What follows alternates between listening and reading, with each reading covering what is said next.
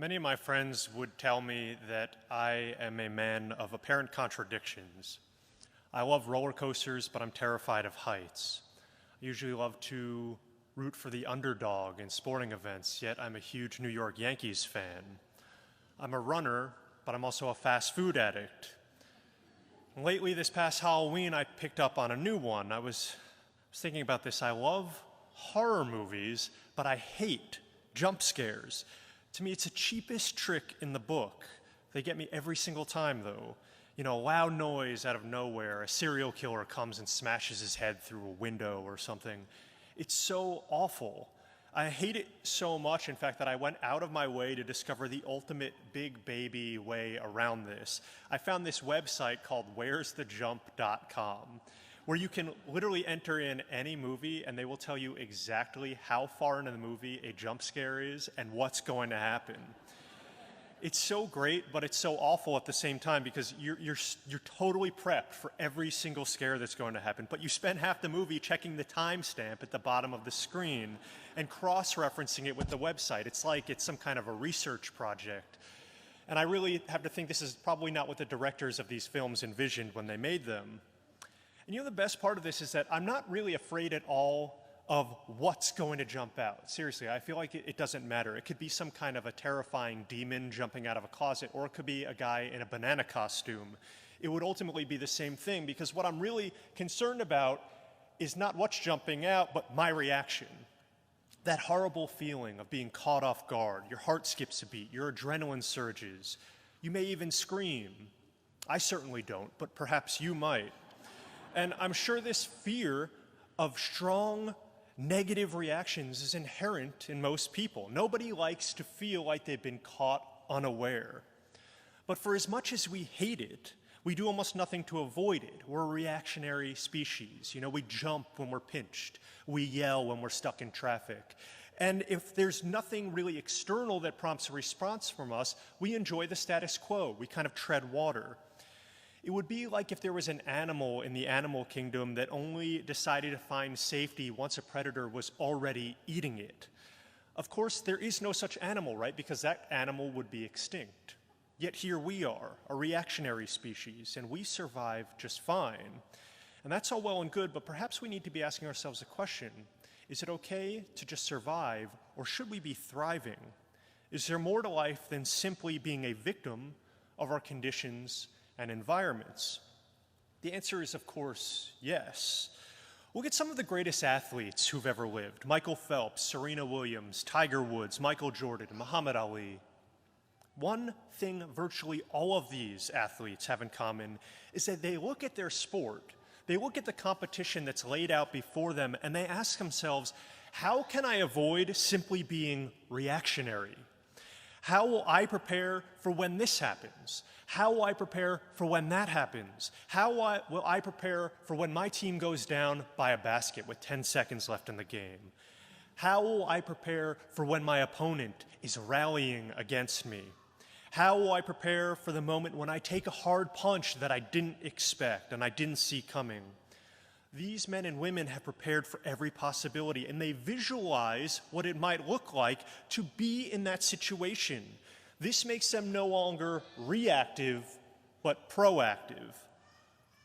One of the most inspiring things to me was the victory of the Native American, former Marine Billy Mills in the 10K at the 1964 Tokyo Olympics. Mills was a nobody. His personal best time in the 10K barely even put him in the field, let alone in contention to win the event.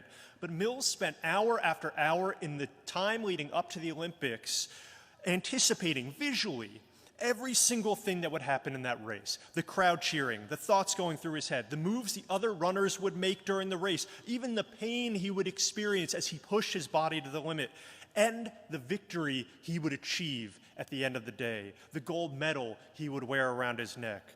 Billy Mills winning the 10K in the Olympics against some of the greatest runners to ever live might be the greatest upset in the history of sports. But there was one person that it didn't surprise, Billy Mills. He was interviewed decades after this race and asked what was he thinking when two runners, two of the greatest Olympians, passed him With 200 meters left in the race, 200 meters, that's half the track in a 25-lap race. They passed him with 200 meters to go. The lead looked insurmountable. They asked, what did he think? He said, all I could think at that moment was, I won, I won, I won. And he did. This is being proactive. Can you imagine what it would be like if we went about our day-to-day lives in this same way? If we sought after God in this same way? If we were so serious about gaining godly wisdom and peace and growing in holiness that we visually anticipated overcoming any obstacle in order to get to where we need to be? Well, this is how it is today in our gospel with the wise virgins. They weren't about to sit around waiting for the bridegroom to show up so they could be caught off guard. They were going to head out into the night, and they were going to find him. That was their only goal, and they weren't going to wait for the stars to align so it could happen. And not only were they going to find him, but they were going to be prepared for anything. What if he's delayed? What if my lamp runs out of oil? Well, no worries there, because I'm prepared. I've thought this through. I've decided that I want to run out and meet the bridegroom so badly that I'm going to be ready for any possible situation. I refuse to let the environment, the circumstances dictate to me what I can and can't do. I am going after Jesus 100%. And not all the virgins were wise, right?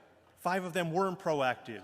They didn't anticipate the challenge of seeking after the bridegroom. They weren't ready for the delay, and they were caught off guard, and they paid for it.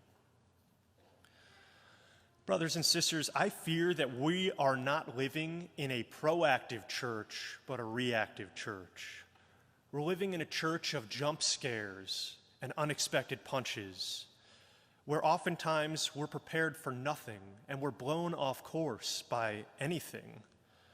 We're living in a church where the path to holiness, the path that's open and available to all people, is obstructed, we say, by a pandemic, by the anxiety that comes from presidential elections, by the news cycle, by a whole host of other outside circumstances, unforeseen external circumstances. And yes, these are all significant things, right? A pandemic, a contested election, no one's disputing that. These are historical matters. These are things that have a tremendous impact on our day-to-day lives, no doubt. But let's be brutally honest here.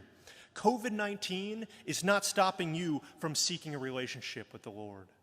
Having your kids stuck at home from school is not stopping you from seeking a relationship with the Lord. The man in the White House is not stopping you from seeking a relationship with the Lord. The only person stopping you from being a saint is you.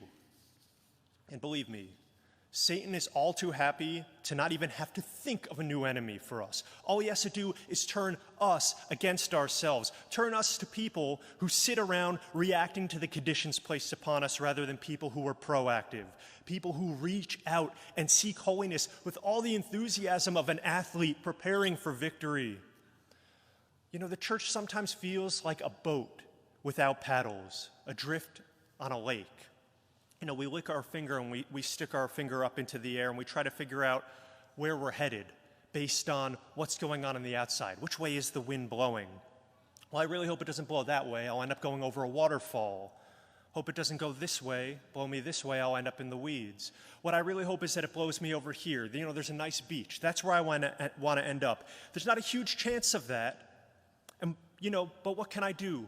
I don't have paddles. I have to go where the wind takes me. I'm at the mercy of the wind. And yeah, you know what? Maybe the wind is blowing in a direction we don't want. And yes, maybe you don't have paddles. But that's not stopping each of us from jumping out of the boat, leaving the boat behind, and swimming to where we want to go. We do have the power to overcome the obstacles around us. The roadblocks to holiness, they're just in our minds, even though we sometimes see them as real boogeymen. You know, 4 years ago, some in our nation decided that they were going to allow the results of an election to have full negative influence over their lives. And many rightly said, that's ridiculous. You have the power to choose joy. You're not a slave to outside events. Brothers and sisters, I encourage each of you, do not fall into that same trap now as we look ahead at the next 4 years. It's too easy. Look at the church right now. We've been brought to our spiritual knees already by a sickness that can certainly ravage the body, but last I checked, has no effect on the soul. Our peace and our desire for holiness has been sidelined by endless political noise. We've decided that we have no authority to even preach the gospel anymore in our culture because the sex abuse crisis has made it impossible for anybody to listen to us. And now people are already talking about religious persecution on the horizon. What will that mean for our communal worship here?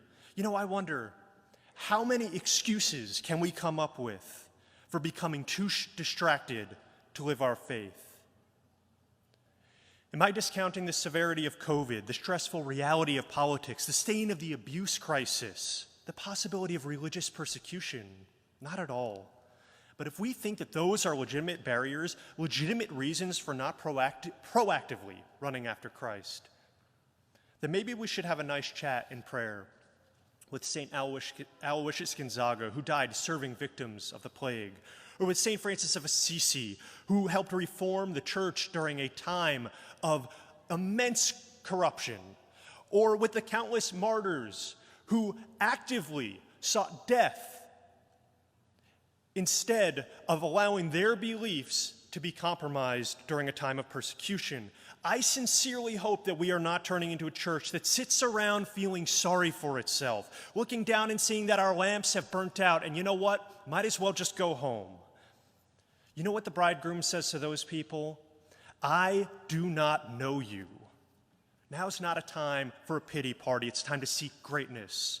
Not to sit around and wait for greatness to come to us by happenstance, but to actively pursue it, to pursue wisdom, to pursue peace, to pursue God with unabashed enthusiasm. No more getting caught off guard by what the world throws at us. If we think that the devil will stop laying down traps and barriers for us, we've got another thing coming.